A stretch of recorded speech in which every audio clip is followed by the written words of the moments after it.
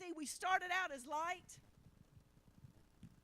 and we were shining, and things were going good, and we were following Christ, but then we began to let things slip. We began to read His Word less. We began to not seek Him as much.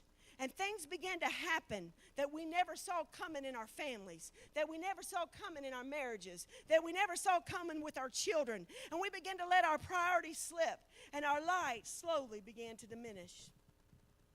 And all of a sudden, we are lost. All of a sudden, we are hurting. All of a sudden, we don't feel like we used to about church. We don't feel like we used to about others. We don't feel like we used to about serving. We don't feel like we used to about witnessing. But it's time, church. It's time to fill ourselves back up with light.